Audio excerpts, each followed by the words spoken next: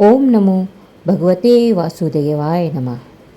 अधिक मास या पुरुषोत्तम मास सांसारिक कार्यों के लिए नहीं बल्कि आध्यात्मिक उन्नति के लिए एक पवित्र अवधि होती है।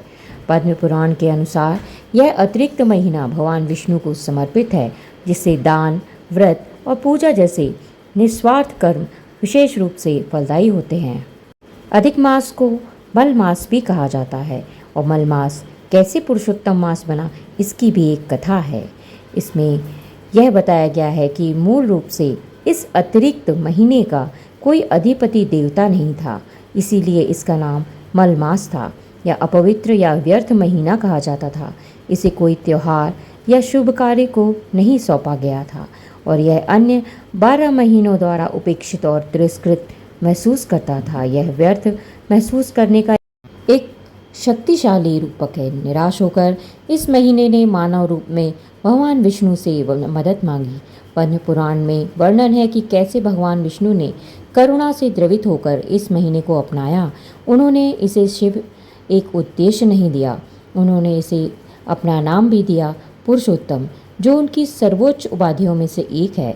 उन्होंने कहा कि जो भी भक्त इस अवधि के दौरान निस्वार्थ आध्यात्मिक कार्य करेगा, उसे उनकी विशेष कृपा प्राप्त होगी और अक्षय पुण्य प्राप्त होगा।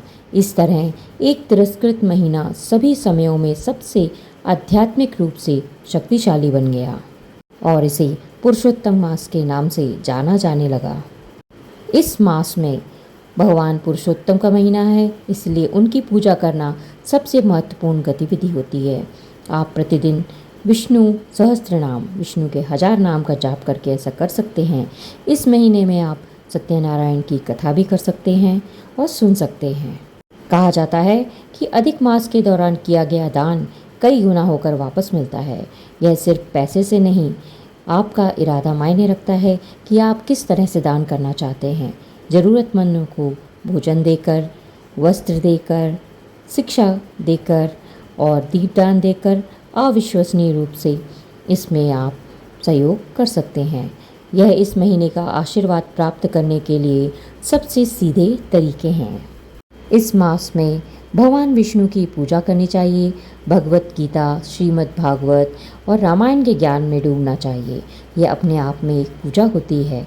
यह आपकी बुद्धि को शुद्ध करता है और आपको धर्म को समझने में करीब लाता है। अब है कि अधिक मास में क्या ना करें। तो इस मास में विवाह, मुंडन और गृह प्रवेश नहीं किए जाते, नया घर नहीं लिया जाता, वाहन नहीं लिए जाते, महंगे आभूषण जैसे बड़ी संपत्ति खरीदने से बचना चाहिए। नया व्यवसाय या बिजनेस को शुरू नहीं करना चाहिए। घर का निर्माण कार्य भी इस महीने में शुरू नहीं किया जाता। इस मास में आपका आहार सरल और सात्विक होना चाहिए। दिन में केवल एक बार भोजन संभव हो तो करें। यदि आप शाम का भोजन नहीं त्याग पाते हैं तो फलाहार करें। प्याज, लहसुन, अनाज और सभी मांसाहारी चीज़ों से परहेज करना चाहिए। आपका दिन आदर्श रूप से ब्रह्म मुहूर्त मतलब सूर्योदय से पहले स्नान और प्रार्थना के साथ शुरू हो जाना चाहिए। यह अनुशासन शरीर को दंडित करने के बारे में नहीं है, ये मन को चिंतन और भक्ति से जोड़ने के बारे में है। अधिक मास में दैनिक पूजा करने के भी कुछ नियम होते हैं कि ब्रह्म मुहूर्त में उठकर स्नान करना चाहिए। इसके बाद व्रत और पूजा का संकल्प लेना चाहिए। पूजा करते समय लक्ष्मी जी और विष्णु जी की मूर्ति को या चित्र की पूजा करनी चाहिए। इसके बाद भगवान को पंचामृत से स्नान कराइए, पीले वस्त्र पहनाइए, चंदन, रोली, पीले फूल, अक्षत और तुलसी दल अर्पित करें।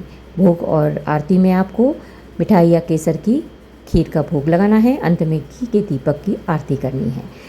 इस तरह की और भी जानकारी के लिए जुड़े रहिए मेरे चैनल से। मिलते हैं अगले वीडियो में। तब तक के लिए आप सभी को ओम नमो भगवते वासुदेवाय। जय लक्ष्मी माता की।